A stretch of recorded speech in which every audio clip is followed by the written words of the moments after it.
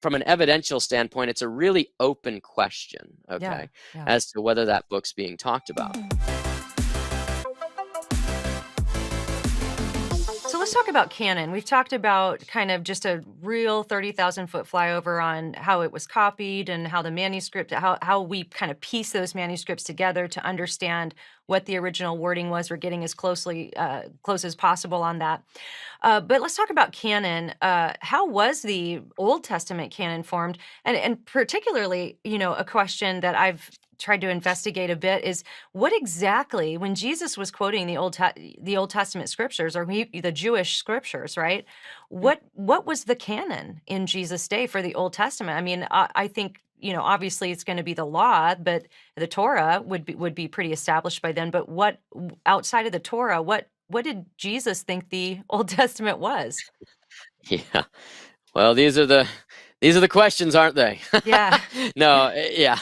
So the earliest period, in fact, maybe it might help to work backwards to answer Sure. that question, because I think we can say something about that, but we need to work backwards. So the first clear indicator of a Jewish canon comes from the Jewish historian Josephus in a work entitled Against Apion, which we think was written around 100 AD. Okay, so not much after the time of Jesus and the apostles, but it is after Jesus and the apostles. Okay, and it's the first clear statement. He says that that all of the divinely inspired books amount to only 22 books. Okay, now some of you are going, whoa, 22 books? There's 39 books in my Old Testament. So how did Josephus get to 22? Well, actually, I think the 22 are equivalent to the 39 books of our Old Testament.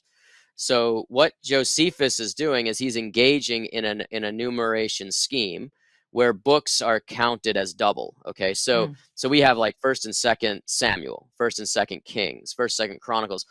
All of those books are counted as one book. Okay, so we can crunch some numbers that way, can't we? Hmm. Books like Lamentations, too small to be reckoned as their own book, they are added to Jeremiah, you see, and counted with Jeremiah as one book. Ruth works similarly. Ruth was counted with Judges as one book, according to this 22 book scheme. And then finally, the big one is the 12 minor prophets are actually, they were short enough to be all fit together on one scroll. So we actually have a book of the 12 prophets. Okay, so once you crunch all those numbers, the 39 books actually becomes 22 pretty quickly. So here's a clear statement of canon, though. He says only 22 books. This is an exclusive testimony, okay? He knows there are other books out there. In fact, he's used other books to write his own histories, but only 22 books are afforded the status of divinely inspired, okay, for someone like Josephus. Hmm. As soon as you fast forward even just a little bit further into the 2nd century, the earliest Christian canon lists also seem to reflect this 22 book tradition. So Melito of Sardis, around 170 AD, he travels from Turkey back to the land of Israel. He learns probably from other Christians, greatly influenced by Jewish views on these things. He learns that there's basically, he doesn't give a number, but his list of books kind of assumes a 22 book canon. Okay, so that tradition is really strong. Okay, but does it tell us what Jesus had? This is the question. So what scholars do is they try to go behind Josephus's statement. They say, okay, well, Josephus says all Jews everywhere at all times have only had these 22 books. Can we test it? Let's go to the Dead Sea Scrolls. There's no canon list of books, unfortunately, coming out of Qumran. What we have are manuscript remains. And the good news is that every book of our Bible is found at Qumran, right, in some fragmentary form or another, except the book of Esther, though. Esther's not actually found at Qumran. So that opens up a little bit of a question as to what was the status of Esther at the time of the Qumran community. This is just before the time of Jesus. So let's just leave that to the side for now, okay? But then there are other ways of getting at this. What about the Jewish philosopher named Philo? of Alexandria, right? So he lives just before the time of Jesus, maybe contemporary with Jesus, but he doesn't live in the land of Palestine or Israel. He lives in Alexandria, Egypt. What's his canon? Well, again, unfortunately, Philo doesn't give us a list of books, but he does give us a whole lot of quotations.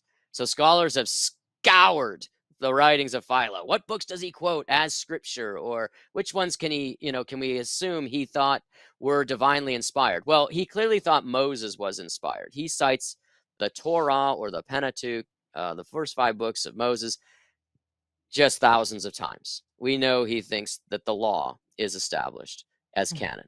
But what about the other books? Well, that's when things get dicey, because he doesn't quote all of our books. But what's interesting is the books that he quotes as scripture are only the ones in our own canon, Alisa. So he will say that Jeremiah is inspired. He will make comments about Isaiah and Zechariah. He makes comments about Solomon and David as inspired authors. Okay, so many of the books, just not all of the books, are attested by Philo as being divinely inspired. Then we come to our New Testament, because that's the last piece of early evidence for this. What books do the New Testament authors quote? Okay, and what we find there, of course, is that mostly they quote books found in our Old Testament canon. The number of times Jesus and the apostles quote from Deuteronomy, Psalms, Isaiah, right? It's just all over the place. But even lesser books like Daniel quoted, alluded to often, but like no quotes of Ecclesiastes, no quotes of Esther.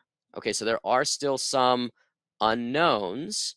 And so although I think the Jewish canon probably comes together in the 1st century AD, I do wonder what sometimes when Jesus and the disciples are sitting around the fireplace at night, are they even discussing Esther? Yeah. They might be, but it's a really, from an evidential standpoint, it's a really open question, okay, as to whether that book's being talked about. But I do think that the canon is coming together and really does crystallize in the 1st century AD, which is what allows Josephus to make his statement at the end, and many of the early church fathers to talk about the Old Testament, in a fairly solidified form.